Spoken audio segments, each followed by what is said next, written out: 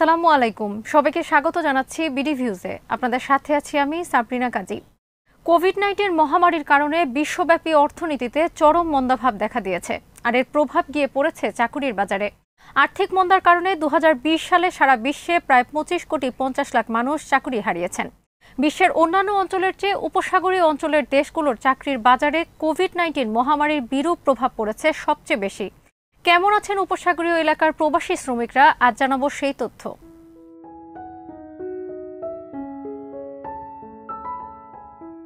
আন্তর্জাতিক শ্রম সংস্থা বা আইএলওর এক প্রতিবেদন অনুযায়ী উপসাগরীয় দেশগুলোতে আনুমানিক 15 কোটি 40 লাখ প্রবাসী শ্রমিক কাজ করেন। অর্থনৈতিক মন্দার কারণে 2020 সালের প্রথম 3 মাসে শুধুমাত্র সৌদি আরব থেকেই 2,57,000 প্রবাসী শ্রমিক চাকুরি হারিয়ে তাদের দেশে ফিরে গেছেন।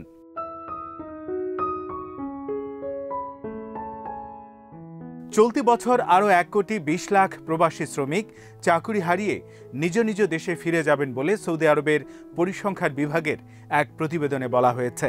ওমানের জাতীয় পরিসংখ্যান কেন্দ্রের হিসেবে দেখানো হয়েছে যে দেশটি থেকে শুধুমাত্র গত বছর জুলাই মাসেই 45,000 প্রবাসী শ্রমিক চাকুরি হারিয়ে দেশে ফিরে গেছেন।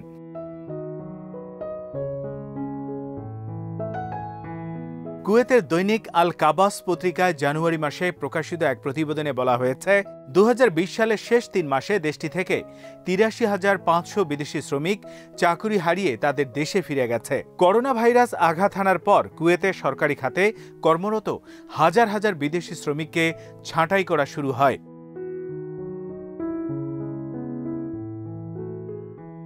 অন্যদিকে সংযুক্ত আরব আমিরাত ও বাহরাইনেও বিদেশি শ্রমিকদের ব্যাপক হারে ছাঁটাই করা হয়েছে।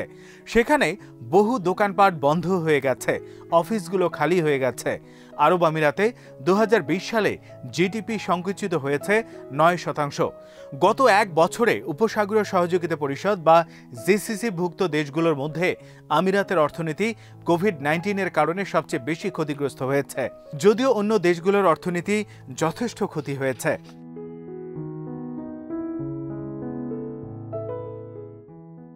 কোভিড-19 মহামারীর বিস্তার ঘটার পর উপসাগরীয় দেশগুলোতে প্রবাসী শ্রমিকদের নিয়ে বড় ধরনের সংকট তৈরি হয়। তাদেরকে রাখা হবে নাকি বিদায় করে দেয়া হবে তা নিয়ে এসব দেশের সরকার একটি দ্বিধাদ্বন্দ্বের মধ্যে পড়ে যায়। কাতারের জর্জটাউন বিশ্ববিদ্যালয়ের স্কুল অফ ফরেন সার্ভিসের গবেষণা বিষয়ক সহযোগী পরিচালক জাহরা বাবর বলেন, কোভিড-19 আঘাত হানার পর এসব শ্রমিকের বেতন কমানো হয়েছে, আবার মাসের পর মাস বেতনও দেয়া হয়নি। কিন্তু চাকরি হারানোর পর দেশে ফিরে গিয়ে তারা কিভাবে দীর্ঘমেয়াদে এই পরিস্থিতির মোকাবেলা করবেন তা নিয়েই সবাই শঙ্কিত। কারণ দেশে গিয়ে কর্মসংস্থানের ব্যবস্থা করা খুবই কঠিন হয়ে দাঁড়াবে তাদের জন্য।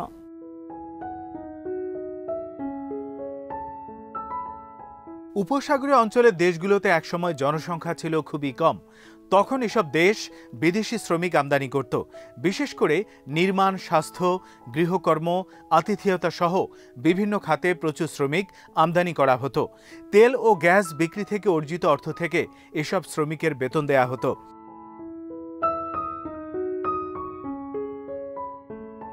তেল ও গ্যাস রপ্তানির মাধ্যমে বিপুল বৈদেশিক মুদ্রা অর্জন করায় অল্প কয়েক দশকেই উপসাগরীয় দেশগুলো অস্বাভাবিক অর্থনৈতিক প্রবৃদ্ধি অর্জন করে। এর ফলে এসব দেশে বিদেশি শ্রমিকদের সংখ্যাও হু হু করে বাড়তে থাকে।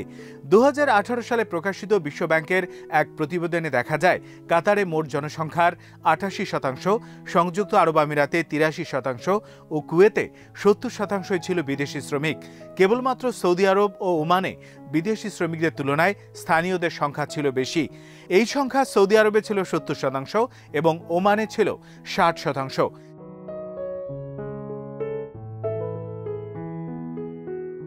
বিদেশি শ্রমিকদের সংখ্যা বৃদ্ধির কারণে উপসাগরীয় দেশগুলোর শহুরে জীবনযাত্রায়, বিশেষ করে সামাজিক ও সাংস্কৃতিক দৃশ্যপটে ব্যাপক প্রভাব ফেলে।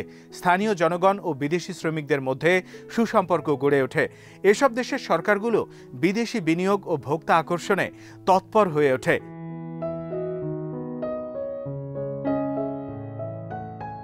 ব্রুকিংস দোহা সেন্টারের গবেষণা পরিচালক নাদের কাব্বানি বলেন, আপনি যদি অতিরিক্ত অফিস, আবাসিক এলাকা ও খুচরা কেনাবেচার অধিক জায়গা তৈরি করেন তাহলে সেগুলো পূরণ করার লোকজনও তো লাগবে। এখন প্রশ্ন হচ্ছে আপনি কাদেরকে দিয়ে এসব শূন্যস্থান পূরণ করবেন? এর নিশ্চিত উত্তর হচ্ছে বিদেশি শ্রমিক।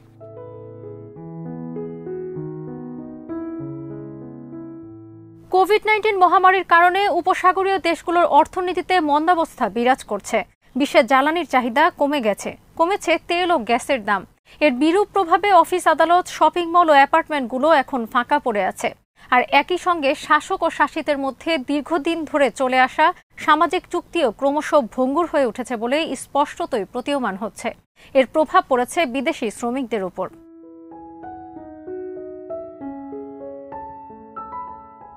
কাতারের জর্জটাউন বিশ্ববিদ্যালয়ের স্কুল অব ফরেন সার্ভিসের গবেষণা বিষয়ক সহযোগী পরিচালক জাহরা বাবরের মতে, উপসাগরীয় এসব দেশের স্থানীয় অধিবাসীরা কর্মসংস্থান, গৃহায়ন ও শিক্ষা এবং অন্যান্য নাগরিক সুবিধা লাভ করে গড়ে উঠেছে। এতদিন এসব কিছুই তারা সরকারের কাছ থেকে যথেষ্ট পরিমাণে পেয়ে আসছে, কিন্তু এখন সামাজিক চুক্তিতে টানাপোড়েন বা একটা সংকট তৈরি হয়ে যাওয়ার পর সরকার ও নাগরিকদের মধ্যেও আস্থার সংকট দেখা দিয়েছে।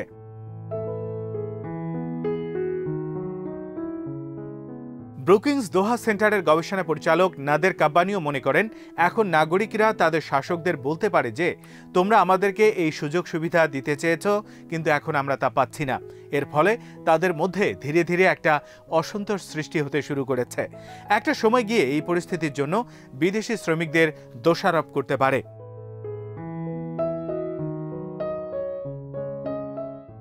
উপসাগরীয় দেশগুলোর মধ্যে এ ধরনের ঘটনার একটি বড় প্রমাণ হতে পারে কুয়েত। এ দেশটি এই অঞ্চলের মধ্যে রাজনৈতিকভাবে বেশি উন্মুক্ত। নিয়মিত পার্লামেন্ট নির্বাচন হয়। এছাড়া দেশটিতে রয়েছে শক্তিশালী গণমাধ্যম। কানাডিয়ান বিশ্লেষক, শিক্ষাবিদ ও কুয়েত সিটি ভিত্তিক উদ্যোক্তা জিওফ্রে মার্টিন মনে করেন, উপসাগরীয় অঞ্চলের দেশগুলোতে সামাজিক সংকট বা অস্থিরতা যে প্রকট হয়ে উঠেছে প্রমাণ পাওয়া যাচ্ছে কুয়েতে। কেননা এ দেশটিতে অনেক বেশি বাক স্বাধীনতা থাকায় মানুষ তাদের ক্ষোভের কথা প্রকাশ্যে জানতে পারছে। দেশটির নাগরিকরা এখন প্রকাশ্যই বিদেশি শ্রমিকদের বিষয়ে তাদের ক্ষোভের কথা প্রকাশ করছেন, যা করোনা মহামারীর আতঙ্ককেও ছাপিয়ে উঠেছে।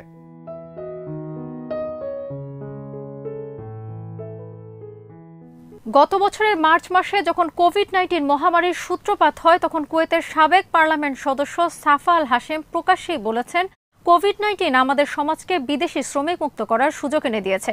এরপর গত বছর অগাস্ট মাসে পরিচালিত এক সমীক্ষায় দেখা গেছে যে কুয়েতের শতকরা 65% নাগরিক দেশটিতে করোনা ছড়িয়ে পড়ার জন্য বিদেশি শ্রমিকদের দায়ী করেছেন।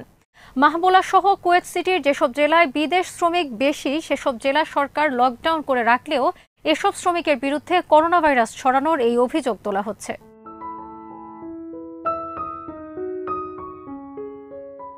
লকডাউনের কারণে কুয়েতে অবস্থানরত এসব শ্রমিক একদিকে যেমন তাদের কর্মস্থলে যেতে পারছেন না, অন্যদিকে সামাজিক নিরাপত্তা জালের মধ্যেও তাদেরকে রাখা হচ্ছে না।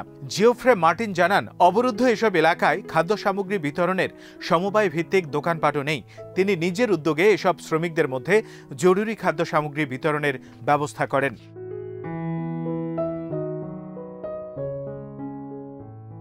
বর্তমান পরিস্থিতির মধ্যে কুয়েত সরকার বিদেশি শ্রমিকদের জন্য 2020 সালে কোটা ব্যবস্থা প্রবর্তন করে পার্লামেন্টে একটি বিল পাশ করেছে। নয়াদিল্লিতে আন্তর্জাতিক শ্রম সংস্থার আঞ্চলিক ইমিগ্রেশন বিশেষজ্ঞ সাবরিনাথ নাইর জানান, কুয়েতে ভারতের প্রায় 10 লাখ শ্রমিক রয়েছে। যদি বিদেশি শ্রমিকদের কোটা ব্যবস্থা প্রবর্তন করা হয়, তাহলে ভারতের এই 10 লাখ শ্রমিকের মধ্যে 8 লাখকেই দেশে ফিরে যেতে হবে।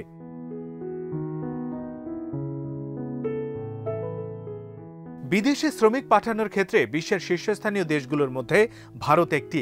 দেশটির প্রায় 1,80 লাখ শ্রমিক বিভিন্ন দেশে কর্মরত আছে। 2019 সালে রেমিটেন্স থেকে ভারতের আয় হয়েছিল $82 বিলিয়ন। এই অর্থ ভারতের মোট জিডিপির 2 থেকে 3%। অন্যদিকে নেপালের জিডিপির 28% আসে রেমিটেন্স থেকে। এই রেমিটেন্স আসা বন্ধ হয়ে গেলে সব দেশই অর্থনৈতিক মন্দার কবলে পড়বে। বাংলাদেশের অর্থনীতির প্রধান চালিকা শক্তি প্রবাসীদের পাঠানো রেমিটেন্স।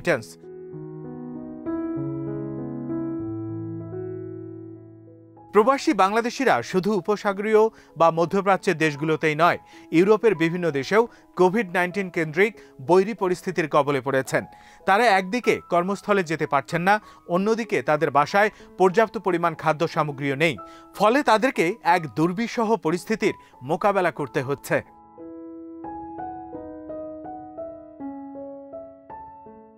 আজ এখানেই শেষ করছি। সবাই ভালো থাকুন, সুস্থ থাকুন আর দেখতে থাকুন বিডি ভিউজ। চ্যানেলটি ভালো লাগলে সাবস্ক্রাইব করুন। সংযুক্ত থাকুন আমাদের ফেসবুক পেজে। আমাদের ওয়েবসাইট bdviews.net ভিজিট করুন। আল্লাহ হাফেজ।